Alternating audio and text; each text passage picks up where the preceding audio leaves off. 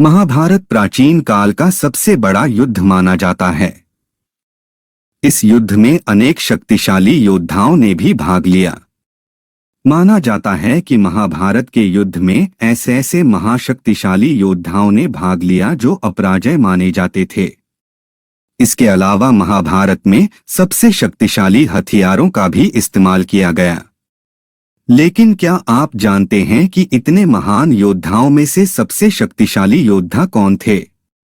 अर्जुन। महाभारत के युद्ध में शक्तिशाली योद्धा के रूप में अर्जुन को भी जाना जाता है। माना जाता है कि अर्जुन के पास कई अस्त्रों का ज्ञान था। कहते हैं कि जब अर्जुन को चुनाव का मौका दिया गया कि वो कृष्ण की नारायणी सेना को चुने या स्वयं निशस्त्र कृष्ण को, तो उन्होंने कृष्ण का चुनाव किया। यह महाभारत का सबसे बड़ा निर्णय था। अर्जुन ने ही कौरवों की आधी से अधिक सेना को मारा। इनमें भीष्म और कर्ण भी शामिल थे। द्रोणाचार्य ने ही दोनों तरफ के सेनाओं को ज्ञान दिया था। इनके पास हर अस्त्र को चलाने का ज्ञान था। इसमें नारायण अस्त्र, पाशुपतास्त्र और ब्रह्मास्त्र भी शामिल है। वैसे तो युद्ध में द्रोणाचार्य को कभी सीधे पराजित नहीं किया जा सकता था। तब श्री कृष्ण ने भीम से कहकर एक अश्वत्थामा नामक हाथी को मरवा दिया और हर तरफ खबर फैला दी कि अश्वत्थामा मारा गया। यह सुनकर द्रोणाचार्य ने हथियार डाल दिए और तब धृष्टद्युम्न ने छल से द्रोणाचार्य का वध कर दिया। कर्ण। दानवीर कर्ण को उनके कवच और कुंडल के साथ कभी भी हराया नहीं जा सकता था। कहते हैं कि पहले छल से कर्ण के कवच कुंडल का त्याग करवाया गया। उसके बाद भी युद्ध में कर्ण से जीतना असंभव था।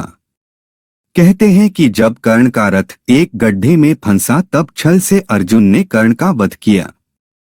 कर्ण को वरदान मिला था कि उसके कवच और कुंडल को दुनिया का कोई भी अस्त्र शस्त्र नहीं भेद सकता था।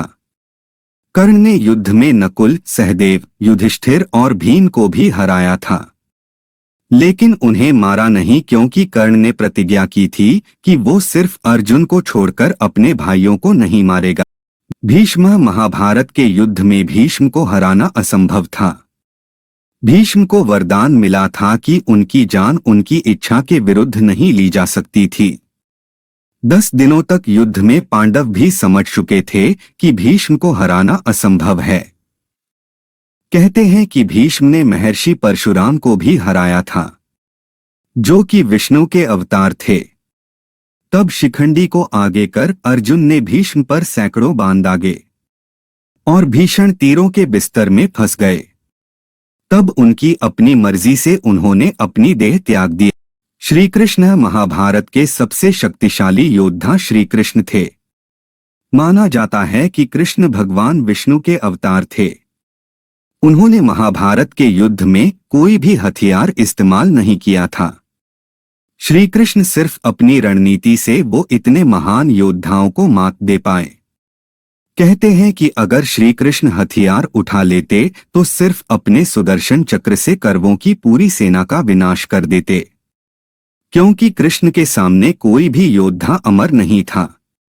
महाभारत में श्री कृष्ण ने अर्जुन को अपना विराट रूप भी दिखाया था।